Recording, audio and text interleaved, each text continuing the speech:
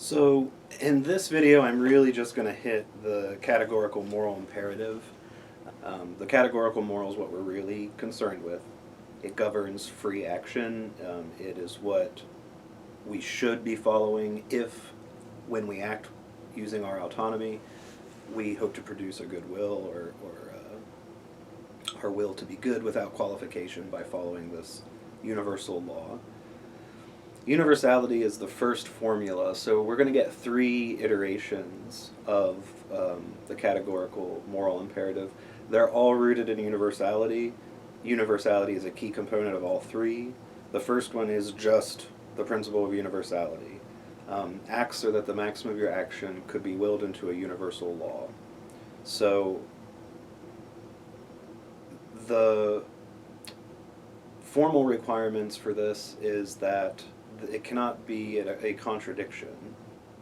So act so that the maximum of your action could be willed into a universal law. So you can't produce a contradiction or anything. To use lying as an example, lying works by creating an exception for myself. I will tell a lie under the assumption that most people are being honest with me. So it's my lie requires their basic honesty. So that's one sort of way in which, by making an exception for me and not for thee, not universal in that sense. There's also a kind of internal contradiction about like knowing the truth and speaking a falsehood. Having within your will both this and not this. I know when I lie that if I say, if there's a blue cup on the table and I say that cup is red, I have to both will the cup being blue because I see it there and not blue because I say that it's a different color. And so I create this sort of internal contradiction, like where I register at the same instant that I am saying the opposite, that the cup is blue. This, again, Kant thinks would be binding for all rational creatures because it comes from reason. It's not coming from human beings. We find it within us because we have a capacity for reason, but we're actually not the source of this. Reason is the source. Reason's where it comes from. So it would govern all rational creatures, right? That's what makes it universal. It can't be particular just to human beings. It has to be any creature who has a capacity for reason and is thus governed by rules, right? He's clear to say that this is not a particularity of human psychology, right? If it were, it couldn't be universal in the way I just described. Okay? So that's the principle of universality, sort of basically. Now, there's another formula, which is probably maybe better known. This is one of the more famous concepts from Kant, and I think it's one that gets a lot of sort of play in different theories and different critical approaches. So this is again why I said in another video that to study autonomy is one of the reasons why I think it's worth reading Kant and studying Kant. And this particular formula of the categorical imperative is widely influential and is something that people have talked a lot about in both positive and critical ways. I mean, it's been a very fruitful concept philosophically. So this is just that we always treat other people, well, we treat humanity generally, and again Kant says whether it's in myself or in other people, we treat humanity in myself and in others always as an end in itself and never as a means to an end. So we demand respect. Well, I should say our capacity of reason demands respect. We derive our sort of human dignity from the capacity to reason, because this is what allows us to like establish ends and work to achieve it, and all of this kind of living my life stuff. And one of the reasons why I have to respect those plans and projects is because they're rooted in the capacity for reason, which demands my respect, right? Duty is the necessity of an action committed out of respect for the moral law. Rules only work insofar as you have this respect for them, because you then become willing, I mean, no coincidence that this is the language, to follow it. If you don't respect a law, you're not going to follow it, right? So, because we all have this capacity for reason, we can set our own ends. Our ends come out of ourselves.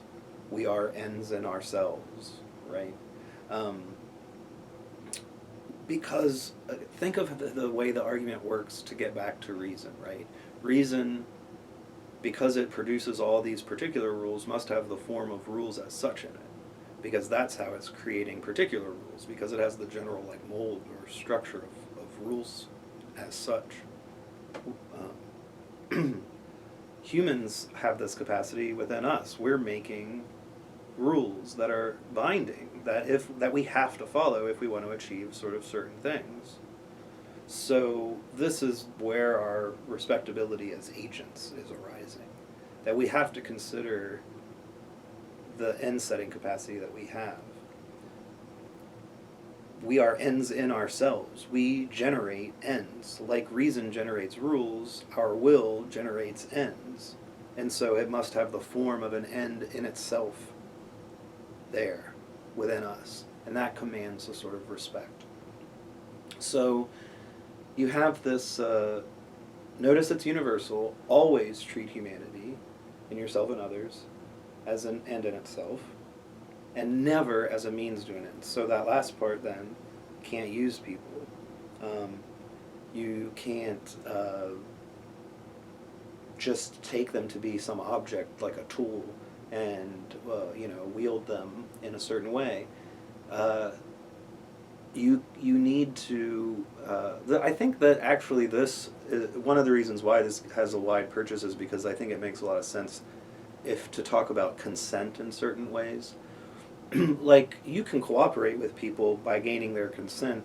They just have to agree and accept your end as their own, and they have to make your end theirs. So they will the end with you, right?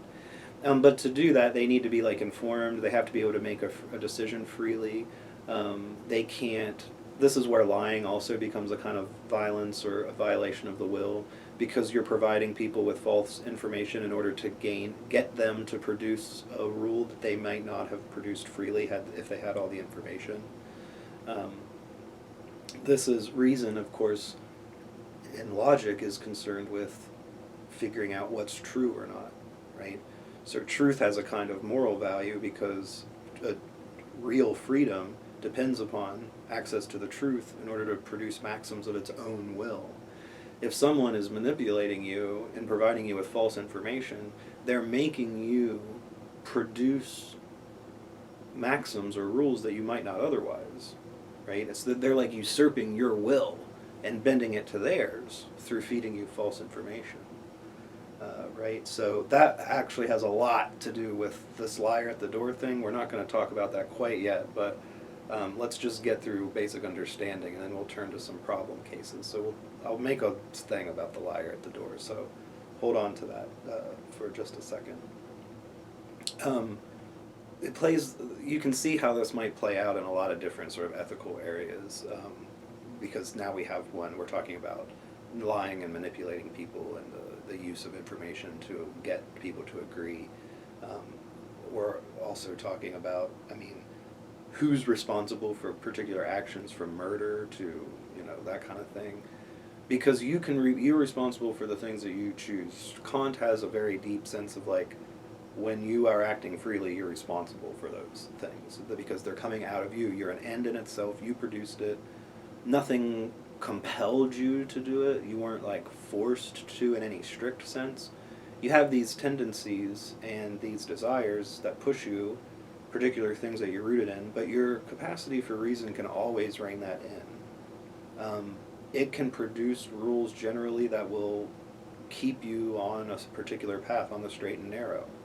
Um, and so, because you have that capacity, you should be using it to do certain things, which means reining in certain particular actions, stopping bad habits, being decent to people. He talks in the first section about kindness, basically, beneficence, generally. And this is going to sort of produce happiness. I mean, it's just a more pleasant way to live, basically. That's Kant's view. Everyone's just getting along much better because we're all respecting our rational capacity. We're all sort of like treating each other as ends in ourselves and working out our projects cooperative and so on and so forth. So as a kind of nice side effect, this is all great. But note, the consequences is not the important thing. Yes, it might happen to produce generally better consequences, but that's not the reason why it's good. That's just a nice bonus. What makes it good is the conformity of the will to the moral law, acting out of respect for it, and aligning the maxim of our action with the universal moral action that governs all sort of free agents. That's the source of the goodness. The will sort of purifying itself through this connection to the universal, and aligning with that.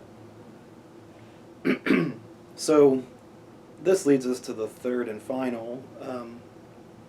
We're going to read a longer essay about this, so we'll get a little bit more on the kingdom of ends. But the kingdom of ends is a kingdom. Kant seems to mean this as a society of people. Everyone is acting on these universal principles. We're all thought of as like pure rational agents. So basically, you take a kingdom, and you take all the people in it, and you totally divest them of all their particularities such that they're just pure rational wills, ideal rational wills.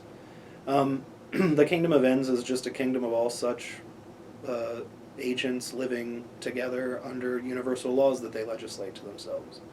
So it's completely self-governing, and they're all sort of working in harmony with one another because they're all only legislating universal laws. And because they're universal, all of them are essentially in concurrence with one another. So it's a perfectly harmonious society. Now, this is not like a utopian, it is a utopian thing in one sense, because we're imagining a kind of ideal society.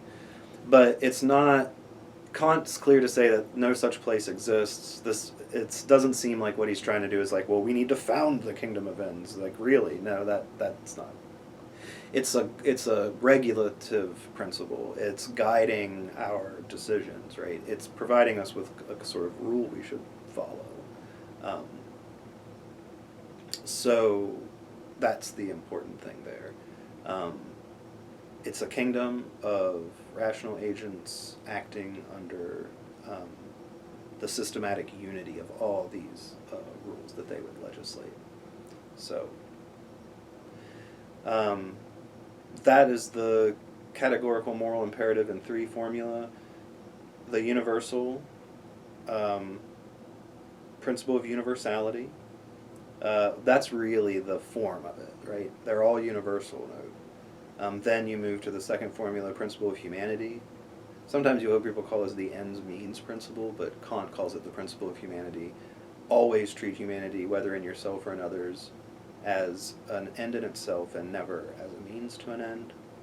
And then the kingdom of ends, the third formula, where the kingdom of ends is the systematic unity of universal laws that would be self-legislated by rational agents living together.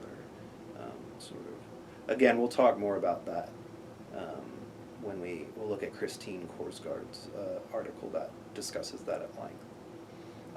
So I'm just going to leave this here. Will be an important series of discussions for your understanding of the grounding for the metaphysics of morals.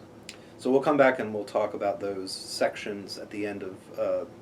Kant begins to divide the text with some headings, one of which involves the autonomy of the will is the supreme principle of morality.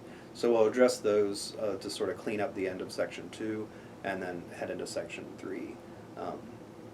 Okay, we're on our way.